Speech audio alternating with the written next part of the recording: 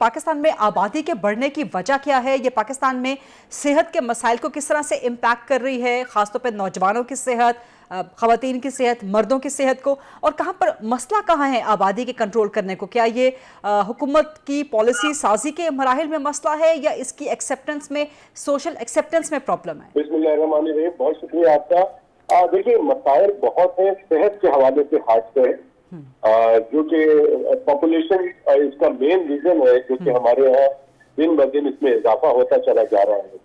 अब इशू ये होते हैं कि हेल्थ के हवाले से अगर हम बात करें तो जो सिनेरियो इस वक्त हमारे पास पाकिस्तान में महंगाई का है और जो सिनेरियो इस वक्त हमारी इकोनॉमी का है, तो जो हमारी आबादी का तकरीबन 60% जो लोग हैं जो कि गुर्बत की लकीर से नीचे की जिंदगी गुजार रहे हैं, उनके लिए बहुत डिफिकल्ट है। और जो सबसे बड़ा इशू है कि लोगों को ये मालूम नहीं है कि ये हो क्यों रहा है। इसकी वजह ये है कि एक आदमी के पास 3-4 बच्चे हैं, बेगम है, उनकी फैमिली है, मदर फादर है, तो वो साथ जब रह रहे हैं तो उनको ये जो हेल्थ के इश्यूज को सॉल्व करने में बहुत बड़ा मसला बनता है। हमने पिछले दिनों जब हम सैलाब ज़दा इलाके में गए तो वहां हमने कैंप लगाया तो पता चला एक औरत के 14 बच्चे हैं। और जब हम उनसे पूछते हैं कि इतने बच्चे क्यों आप पैदा करते हो और खुद इतने कमजोर हो, एनीमिक हो, आप में खून की कमी है, तो वो बताते क्या है? वो सुनने वाली बात है।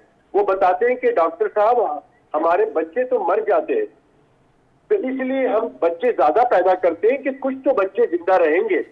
तो दिस इज वेरी अनफॉर्चुनेट। हमें सुन के ये बड़ा ताज्जुब हुआ कि लोग प्रेगनेंसी इसलिए हो रही है कि बच्चे मर जाएंगे, हम उसका इलाज नहीं करा पाएंगे। अगर वो बीमार होगा तो कम से कम हमारे पास 5, 6, 7 बच्चे तो मौजूद हैं। तो ये हमें हुकूमत को सोचना चाहिए कि ये क्या हो रहा है हमारे मुल्क में।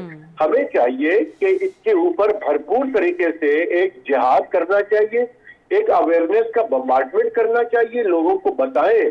जो अभी डिस्कशन हो रही थी जिसको मैं सुन रहा था, वो बिल्कुल पॉजिटिव डिस्कशन था, जिसमें कि मैं समझता हूँ कि अवेयरनेस की जरूरत है। तमाम बातों को लोगों को समझाने की जरूरत है कि जी कॉन्ट्रासेप्टिव क्या होता है, आपने किस तरह से एहतियात करनी है, क्यों जरूरी है, आप क्या कर रहे हैं। हम अगर सपोज किसी की मेडिसिन लिखते हैं तो आप यकीन करें, अगर मैंने 3 दवा लिखी है तो उसके पास पैसे नहीं है अपने बच्चे के लिए दवा लेने की, वो 3 शरबत लिखा है, उसमें से 1 शरबत लेके ये डॉक्टर कैसर जो आप बात बता रहे हैं, इससे लग रहा है कि पॉपुलेशन कंट्रोल सिर्फ एक स्टैंड अलोन इशू नहीं है, ये एक ऐसा विशियस साइकिल है जिसमें सारा इंटीग्रेटेड चीज़ें हैं। इसका गुर्बत से भी ताल्लुक है, इसका महंगाई से भी ताल्लुक है, इसका बेरोजगारी से भी ताल्लुक है। जैसे आपने बताया कि आप जब सैलाबज़दा इलाके में गए, वहाँ एक औरत की 14 बच्चे थे, उसने कहा इसमें से कुछ तो मर जाएंगे, कुछ जिंदा रहेंगे, बिकॉज उसके बच्चों के पास खाने को नहीं है, उसके बच्चों के पास रहने को। जो आप बात कर रहे थे कि बच्चों के हुकूक,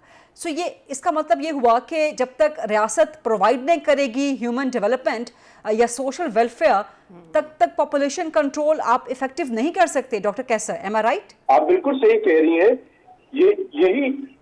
यही वजह है, मैं यही कह रहा हूँ कि इस वक्त जो है ये कॉम्प्लेक्स है। ये सिर्फ पॉपुलेशन बढ़ने से सिर्फ ये नहीं हो रहा है कि सिर्फ आबादी बढ़ गई जी, कोई बात नहीं, लेकिन इसमें एक बहुत बड़ा इशू आ रहा है हेल्थ के साथ साथ दूसरी चीजों का, कि वो बंदा बच्चे को सही खिला पिला नहीं रहा है और प्रॉपर तरीके से उसकी निगहदाश्त नहीं कर पा रहा है, और सेहत का जब इशू आता है तो उसका प्रॉपर उसका इलाज नहीं करा पाता है। तो इसलिए ये बहुत इंपॉर्टेंट है कि हमें किसी न किसी तरीके से बैठना पड़ेगा।